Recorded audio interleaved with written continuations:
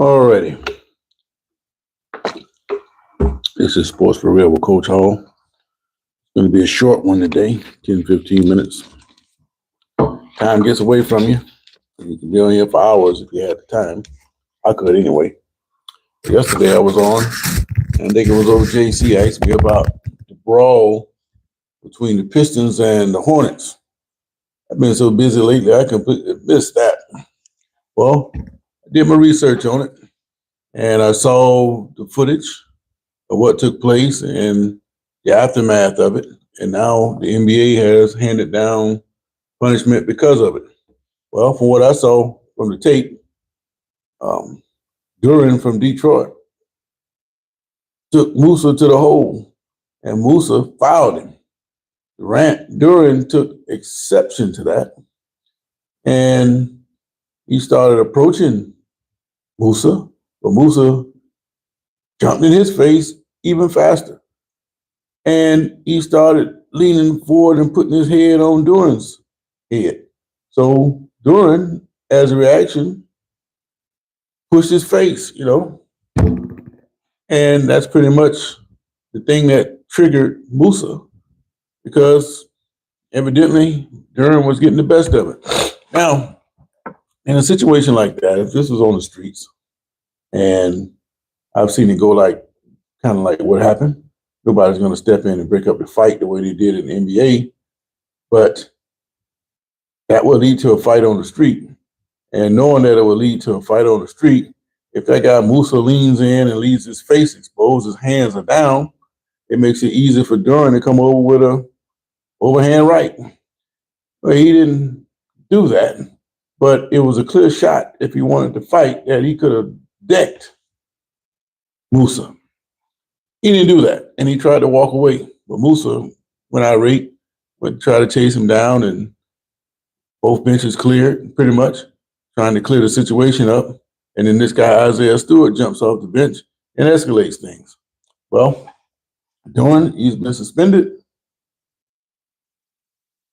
Musa's been suspended.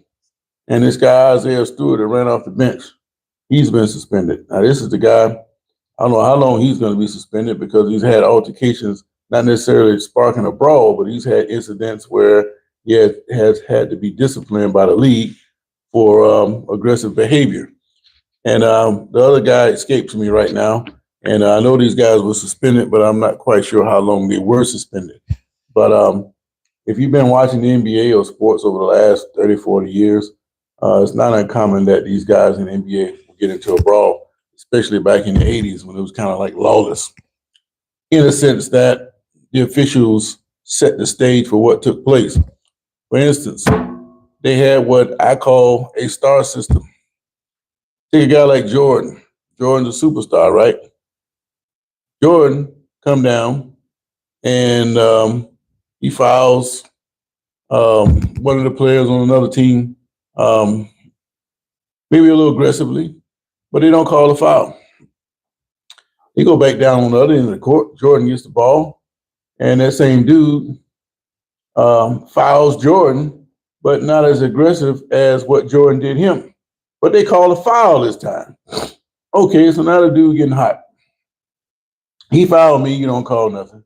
I fouled him less than what he did to me, you call a foul. So they go back down on the end of the court, and Jordan fouls him again. No call. Now the dude's pissed. You calling a foul on me because he's a star, and you don't call a foul on him because he's a star. I might as well get my money's worth. So the next time they go down the floor, he fouls Jordan, but he don't just foul him, he foul the hell out of his ass. And then now everybody's getting into a fight. That is far common in the 80s NBA than it is now. And those guys used to get at it all the time. Matter of fact, they used to have kind of like the way the hockey had it, where you have an enforcer. You know, a guy that's likely to be a tough guy on the ice. Both teams had him, and they drop the gloves and they get to fighting. And that was pretty much scripted. They always had one guy on the team that would do all the heavy lifting. But the NBA had the same kind of thing. And that's kind of the situation what happened to Rudy Tomjanovich. Brawl broke out, and I think the dude, Kermit Washington or something, caught him, and the results of the blow almost killed Tom Johnson. He was messed up for a long time behind that. So these brawls in the NBA are nothing uncommon, but it all goes back to the officiating. If they call it straight down the line, instead of taking favoritism over a player just because he's a known star, they can kill all that. If we play in the game, if Jordan fouls me, it should be a foul just as it should be the other way around if I foul him. But you can't say he can foul me, but I can't foul him. Oh, hell no. I'm going to foul the hell out of him next time. And then what come with it, that's what come with it. And that's the way it was in the 80s. And this game with Duran and Diabate, he fouled him, man. Duran didn't like it, but he wasn't looking to fight. But Musa frustrated because he probably couldn't handle Duran. Duran's a pretty good player. Got in, he leaned too close and tried to lean his head and put it on him. And Duran pushed him off him. Lucky for him, that's all he did, because he could have had an easy shot at a jaw, could have cracked his jaw if he wanted to. And that's what happened with that. And how do I feel about it? He did what he had to do. But one thing you notice while this brawl is going on, a lot of the fans stood up and cheered. They like they don't really want to see it all the time, but when it happens and they're in that arena, they get excited about it. Now, some people start booing after the fact, and that's only because they thought that some of their players were going to get thrown out more so than the visiting team. Now, the Ron Artest thing was a little different. Fan threw something down on him, and he overreacted, ran up in the stands and caused that situation. The guy in Pittsburgh,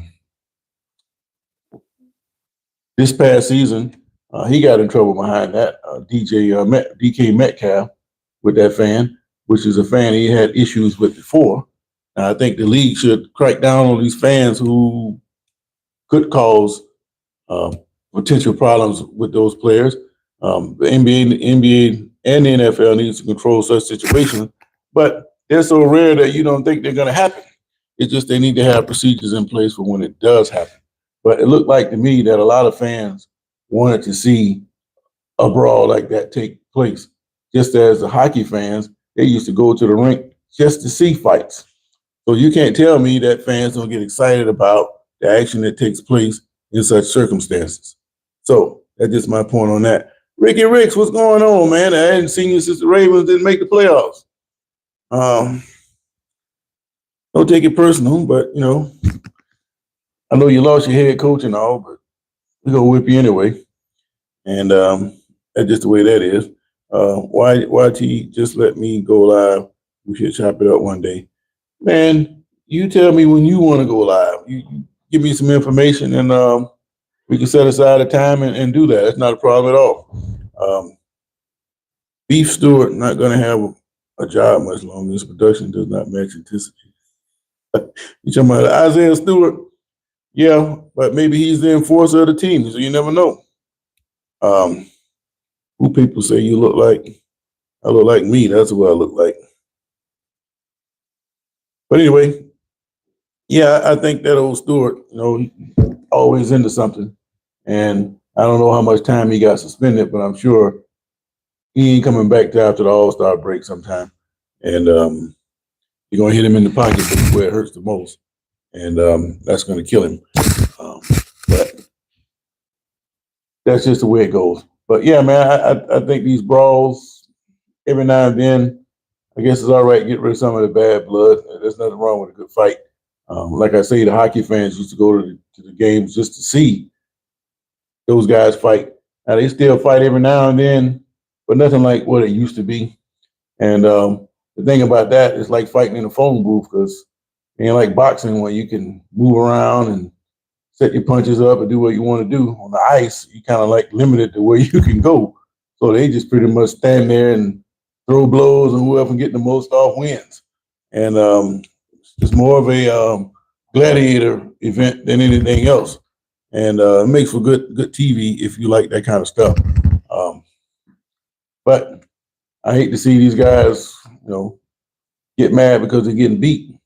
Just go ahead and take the loss, foul the guy, and going back to the other side. Duran, he probably been getting fouled like that all night, but that's not isolated. because they didn't show all of that. You have to go back and look at the whole game. But there's some big dudes out there, man. And even if your body wasn't trying to put a big shot on him, just the sheer size of these guys caused it to be a rough blow. And at that particular time, Durant just didn't take, he didn't like it very much. And that can happen at any game at any time. And for the NBA, fortunately for them, it doesn't happen a whole lot. Now, as you know, this time of the year is probably the people are hungover and depression is starting to set in because there's no more football, man. And to try to alleviate some of your depressive state issues, they have come up with these spring football leagues. And I don't usually watch a whole lot of it. I might catch a play or two here and there, but to sit there and say, I'm going to watch that, no, I don't want to do that. I don't want to watch football year round. But the way that it's going is going to be that way. Because right now, of course, the NFL is promoting flag football. And flag football is now an Olympic sport. And they're playing flag football at the Pro Bowl. And everybody's playing flag football. In my heart, I think that the NFL at some point is going to turn into a flag football league. And I think they want it to be co-ed. The question is, who's going to watch that? Matter of fact, do you watch the Pro Bowl when it's flag football? Yeah, I understand it can be entertaining. These guys can make some plays. But if you make the Pro Bowl as a tackle football player, you're a fish out of water when it comes to flag, especially if you're a lineman and can't move like those small guys. You're at a great disadvantage. And they have these flag football leagues all around the country now, and these guys running around making these incredible plays, thinking, well, I'm this good, I need to be in the NFL. No, you don't. Because if you were good enough, you would have been found by now. The only reason you doing that because you might be playing against some guys that you might be a little quicker than, and you can make a play here and there, and you look better than what you are. Now, me, I got a great understanding of flag football. Back in my hometown, we didn't have Pop Warner when we were coming up. Our leagues, building up to high school, were all flags. So we got pretty good at playing the game. And like I say, while there's some similarities there, there's a great difference. You don't learn survival skills in the hole by playing flag football. You learn the avoidance of contact. And the people that grew up playing Pop Warner, they have a great advantage on you until you get yourself up to speed with tackle football skills. Now, I understand with the concussions and trying to protect the players and all, but you got to believe that players all know that this is a dangerous game and they all can get hurt at any time. And because of that, I think the league needs to stop all of this overreacting stuff. We're coming up with the rules. You can't hit a guy here. You can't touch him there. What's going to end up happening is defenders, somebody's going to break their neck trying to avoid hitting the guy a certain way. He's going to hurt himself. So I think the league need to come up with a waiver saying, well, this is a dangerous game and, you can get hurt. Kind of like what you have on packs of cigarettes. You got warnings from the U.S. surgeon about what could happen to you if you smoke this product. Same thing with football. And then they let these defenders start playing the game like they're supposed to play. I've actually seen guys in tackle football stand there, let the guy catch the ball before they try to make a play on the ball because they don't want to get a penalty. That is not football. I don't know what the hell that is. That is a version of flag. And like I said, we're on a slippery slope to flag football unless something comes where we draw a line in the sand and say, look, either you're going to play the game of football or you're not. And the way I see it, they don't want to play football. And this new generation that we have, they ain't tough like we used to be. All right, we compare football to cigarettes. It's the same thing, Ricks. I mean, you got the sticker on the package, right? Look, if you're going to play the game, this is what can happen to you. And it's just as simple as that. And I can see it going flag. Not sure about co-ed. I do, because you got some good athletic women out there now. And they'll never be able to keep up with the guys, but you might think they are just by looking at some of them. But you know what I mean. But I hope it doesn't go that way. At least I hope I don't see it. But that's just the way it's going, in my opinion. But as you see, I'm trying to find something to talk about concerning football. What do you call it? The 100 days before Christmas? Well, the 5 months before football, but let's call it that. Countdown to the next football game, man, because this is going to be rough. There's no Olympics this year. We do have the World Cup, so that makes it somewhat palatable, but not much. Most people, they're not into that soccer stuff. I'll watch it because it don't take long before the best team shows itself. And once you see that best team, then it don't make no difference who they play. Last time it was France. The time before that it was Germany. And it was like night and day with the way they were executing as opposed to those other teams. And it won't be long before we figure out who that best team is. Yeah, it's going to be rough, man. But if you want to hook up, man, my Gmail is sports for real 11, or you can leave a comment in the box and tell me how I can get in contact with you. And what we can do, we can go live together and they have it where you superimpose, or I can just set it up or just interview over the phone, the same video, and just post it later. So we can figure out how to do it. So just hook me up with that, man, and I get with you. But I got to get some paperwork done before these kids come in. So I appreciate you guys hanging out with me. You be disappearing too long, Ricks. I got to talk about your teams, man. Even though you're all right half the time, but my Steelers gonna whoop all y'all next year. I'm gonna get me a quarterback.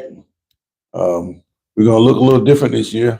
It won't be predictable like what we saw with Tomlin.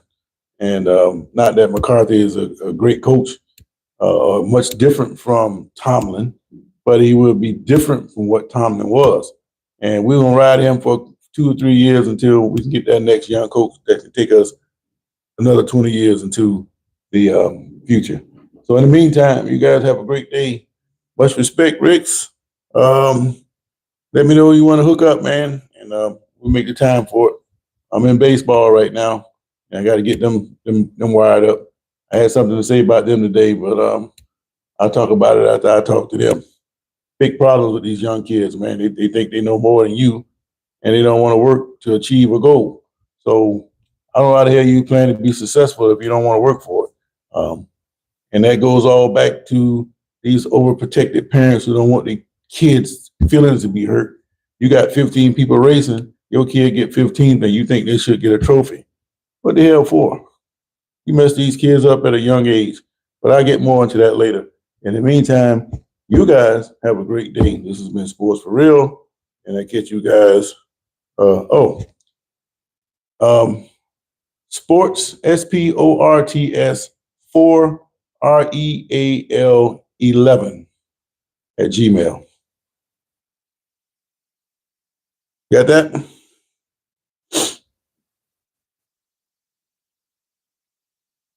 All right. All right, you guys have a good day, man. I'm out. Gotta go holler at these kids.